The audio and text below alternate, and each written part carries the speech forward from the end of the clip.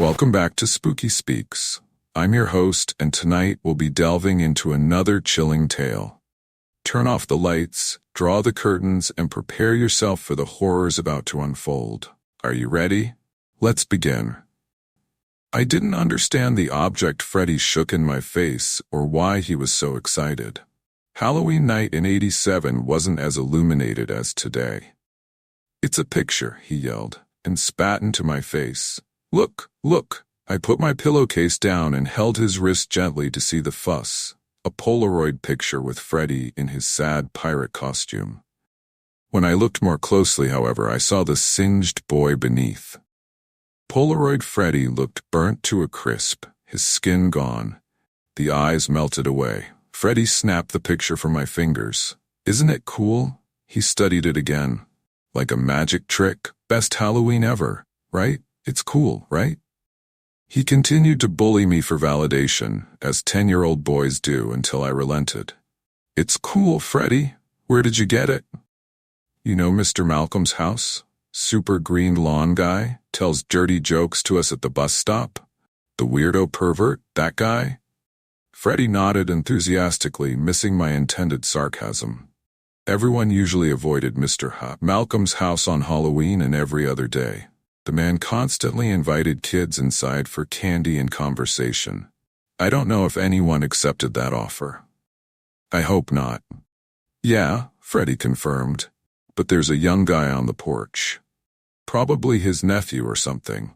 He's got on a mega spooky demon mask, and he's got a camera, and he takes your picture and it prints out all freaky like mine and—" "Whoa, Freddy," I said. He was getting overexcited. Freddy had something wrong with him. A weak heart maybe, though I can't recall exactly what we were told, other than he could die should he get too worked up. Our teachers told us to look out for Freddy, so I did. "It's great. Calm down." I started breathing with him and held his hand. He smiled. "Thanks, man. Wanna see?" I smiled back. "Yup." The photo had creeped me out, but also fascinated me. I didn't want to be the only kid who missed out on something cool. Judging by the line extending down the walkway, bending at a right angle onto the sidewalk, it seemed I might. There had to be 50 kids waiting for their photo. Polaroid pictures aren't fast. They don't present an image until at least 10 minutes have gone by. The guy on the porch wore a thin mask with horns that really seemed to grow from his forehead. A mouthpiece displayed jagged teeth. He carefully placed the undeveloped photo on a shoe rack at his side. You don't shake Polaroid pictures. You wait. And so we waited. He could have simply given the white rectangles to the eager kids before the image showed, but he didn't. Instead, after taking a trick-or-treater's photo, he sat cross-legged on Mr. Malcolm's concrete slab of a porch and stared at the child. Some kids tried to talk with him. He didn't answer. Others waited in silence, bearing the stranger's gaze with admirable defiance. One little boy began to cry. His parents ushered him away before he could collect his photo. I remember thinking how fortunate I was that my parents let me trick-or-treat on my own. I would get my photo. I would endure the awkwardness of the adult gaze. Time ticked on. It was late. Some kids gave up and left the line, to my delight. Freddy yawned and said he had to go. I thanked him for telling me about the Polaroid Man. I probably wouldn't have come down Ferry Street otherwise. Mr. Malcolm creeped me out too much. Luckily, a few other school friends were revealed by the departures, May DeFranco and Vicky Rand. They'd already gotten their photos, but hung around because May's little sister wanted one too. "Can I see?" I asked, pointing at the photos. They were grotesque, and I could hardly bear it. May's body appeared popped open, entrails spilling from her guts and onto splintered remnants of bone and muscle. Only the pink princess dress she wore as her costume identified her as the corpse in the photo. Vicky's was far worse. Her dead body had been tied at the wrists and ankles. Her pale face appeared stunned at the mutilation of her body. The top half had been pulled apart from the bottom, and there were more tortured dead around her in a dark field. "Cool, right?" Vicky said. "It's like Freddy Krueger or something." "You've never seen Freddy Krueger," May said. I hadn't seen A Nightmare on Elm Street either. I never have. At the time, I assumed the contents of the photo were typical horror movie stuff. I wasn't ready for it, but I wouldn't let my discomfort show. After May's sister got her photo, more kids thought better of risking their worried parents' wrath. They left, and after one more boy got his photo, my turn came at 11:42 p.m.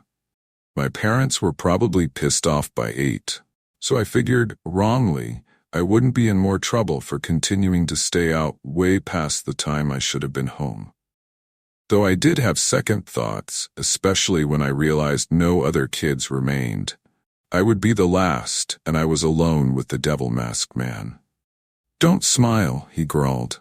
I adjusted my face quickly to obey. He snapped the picture and sat on the stoop. We waited.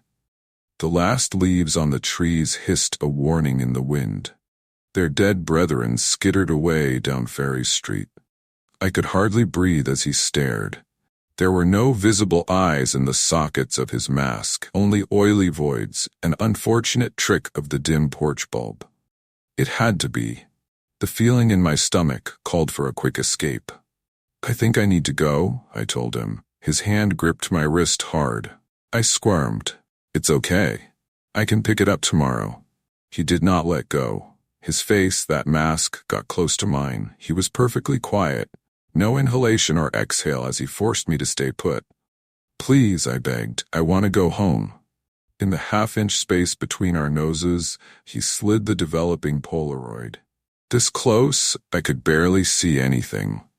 Then the devil's mask appeared in the photo.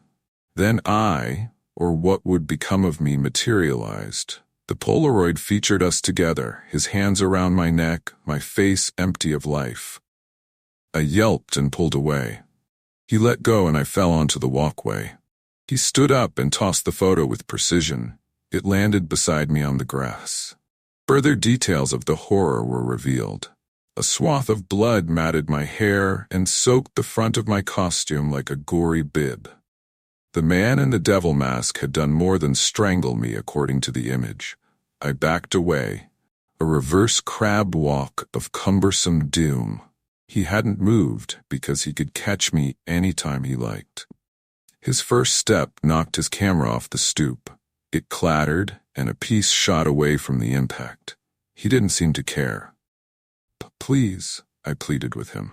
I don't remember the specifics of how I got up and ran down the middle of Ferry Street. I only recall the chase was brief because I made a mistake and got cornered in the variety store parking lot. The store, Brothers Variety, had been closed for hours. There'd be no help there. The streets were empty. Most people were asleep. How I knew this or thought about it in such a terrible moment came down to dumb luck. I backed into a pile of leaves bunched up with fake spider webs that had blown off someone's house. Stuck, I raised my arms defensively and caught the time on my digital watch, the wrong side of midnight by 12 minutes. His fingers caressed the sides of my neck. I closed my eyes and started trembling uncontrollably. Pain would be next. Great pain. The photo promised, and death. No.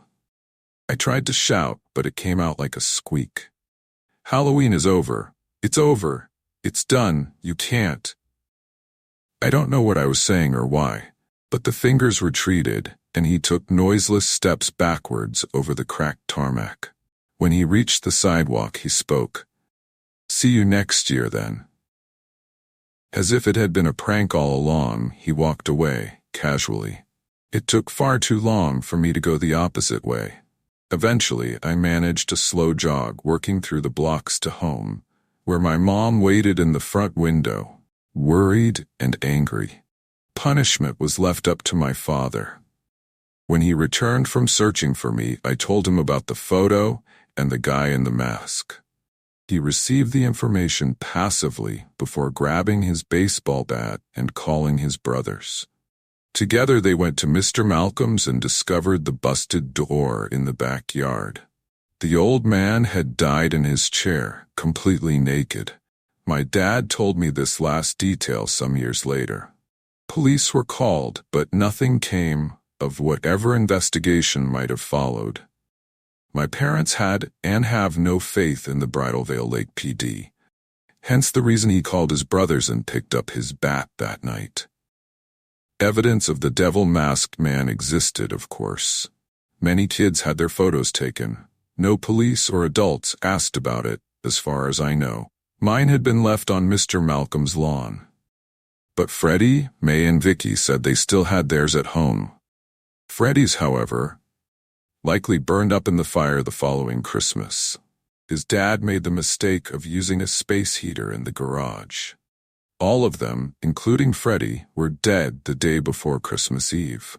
I refused to go trick-or-treating the next year, and everyone after that. My parents understood and didn't pressure me. Within a few years, I aged out of the tradition, but still wouldn't risk going out for a walk on Halloween night. See you next year then.